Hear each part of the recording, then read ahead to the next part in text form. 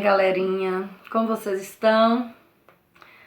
Cada dia que passa, a saudade aumenta bem mais, sabia? Cada dia que a Pro começa aqui a gravar as nossas aulas, dá aquele aperto no coração com saudade de vocês. Gostaria muito de estar pertinho de vocês, tá? Mas que Papai do Céu possa nos abençoar nesse mais um dia, né? Que se inicia, nossas atividades escolares. E hoje nós teremos aula de português, tá? Você gostou da história de Diocina? Bem travessa ela, né? Danadinha bonita da Diocina. Parabéns, né? Muitos me entregaram aí a interpretação. E nem vai haver necessidade da Pro corrigir aqui novamente para todos, porque foi um texto de boa interpretação, onde vocês conseguiram responder com sucesso, tá bom? Nós vamos para mais um texto nessa manhã, ou tarde, ou noite, né? Já não sabe qual é o momento que você está fazendo aí a sua atividade.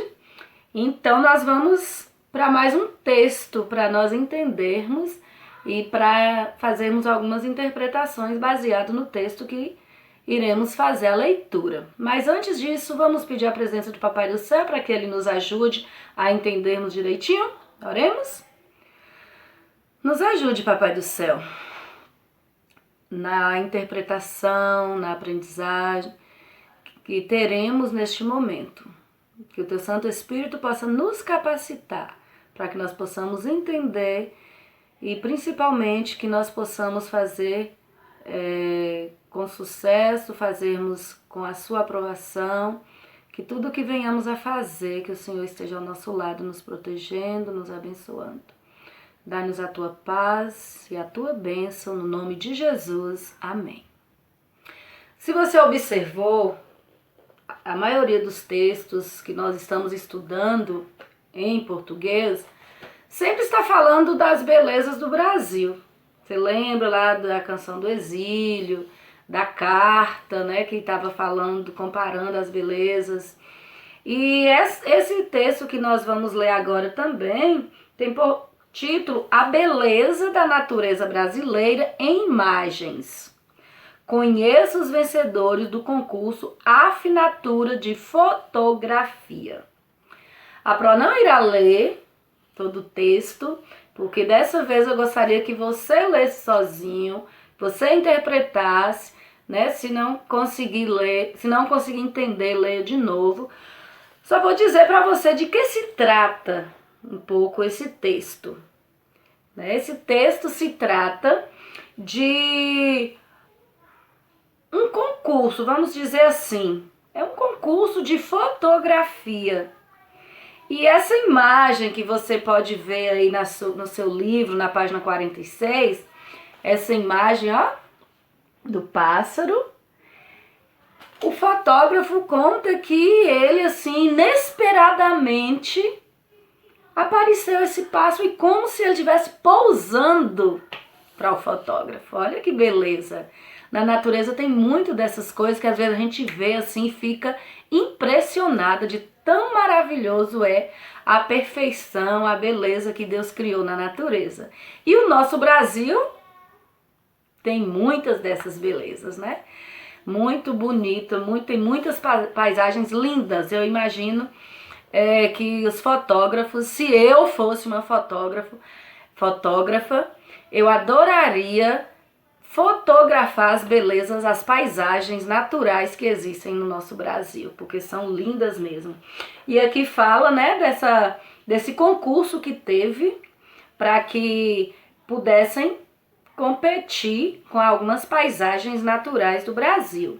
E aí você vai ler, né, e vai observar aí o que você mais gostou desse texto, o que mais te chamou a atenção, né, e fazer sua análise baseada no texto, para depois, não esqueça, galerinha, quando você vai interpretar um texto, não fique indo nas perguntas primeiro para voltar e procurar no texto.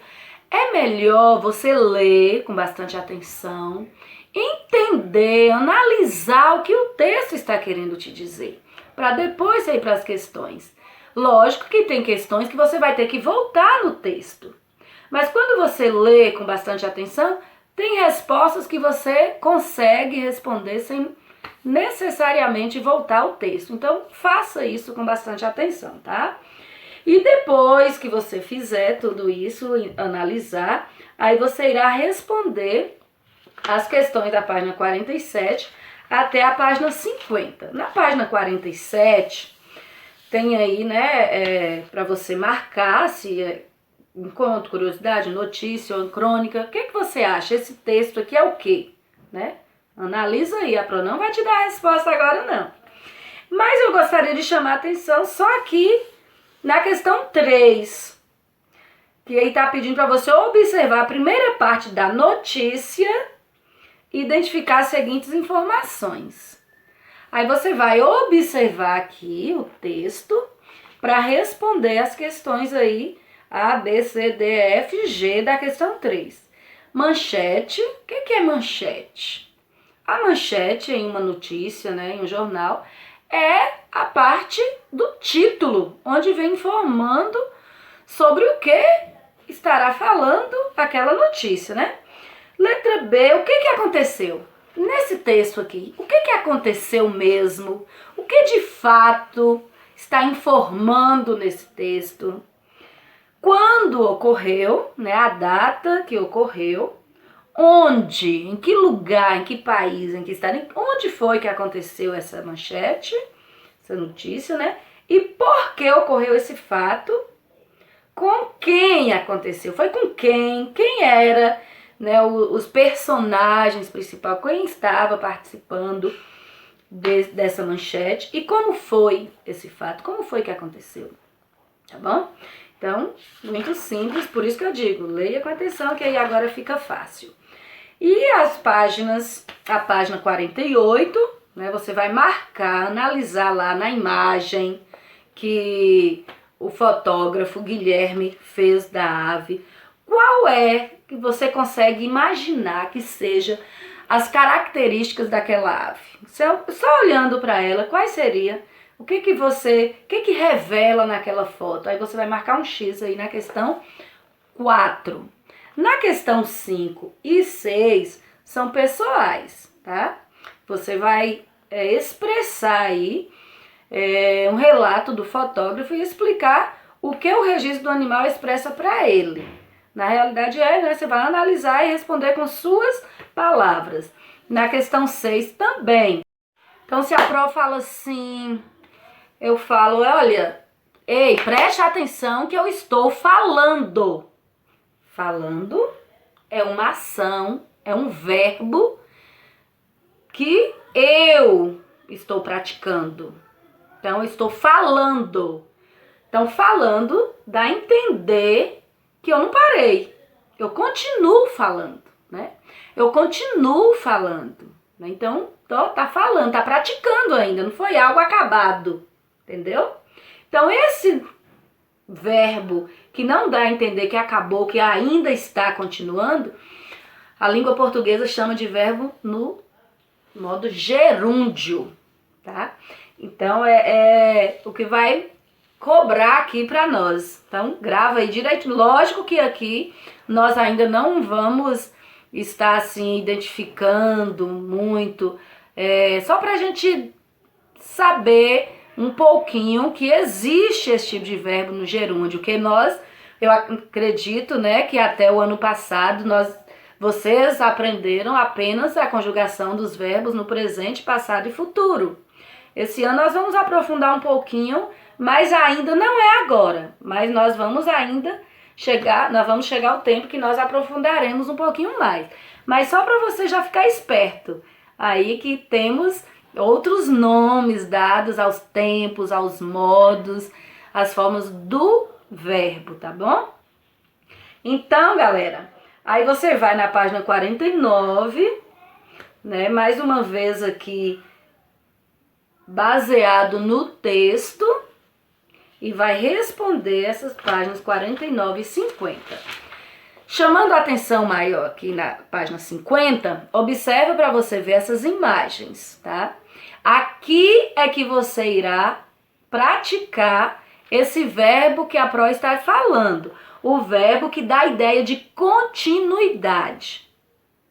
E aí você analisa. Olha só, por exemplo, aqui, vou dar um exemplo da letra A, que tem uma criança com um adulto, digamos que seja o seu pai. Na minha visão aqui, eu imagino que é uma criança e um pai. E como a questão pede para escrever frases que representam as ações com ideia de continuidade, então eu, por exemplo, escreveria assim: a criança e o pai estão passeando. Ó, passeando. Que indica que ele não parou, ele não passeou e já está lá parado descansando, ele está passeando. Ou eles estão observando as paisagens da natureza, né? Porque assim dá ideia de continuidade. Se você analisar os verbos, quando dão ideia de continuidade, sempre terminam em ando, caminhando, andando, viajando, olhando, falando, ouvindo. Então termina em ando, endo e indo, dependendo da primeira, segunda ou terceira conjugação, tá bom? Não se preocupe, nós falaremos mais vezes sobre verbo. O objetivo principal hoje da atividade portuguesa é você entender, interpretar a leitura do texto e um pouquinho de verbo. Que eu tenho certeza que desse pouquinho você conseguirá aprender um tantão mais, tá bom? Que vocês são bem capazes, meus meninos sabidos, inteligentes, que a Pro tá morrendo de saudades e torce pelo seu sucesso, tá bom? Fique com Deus.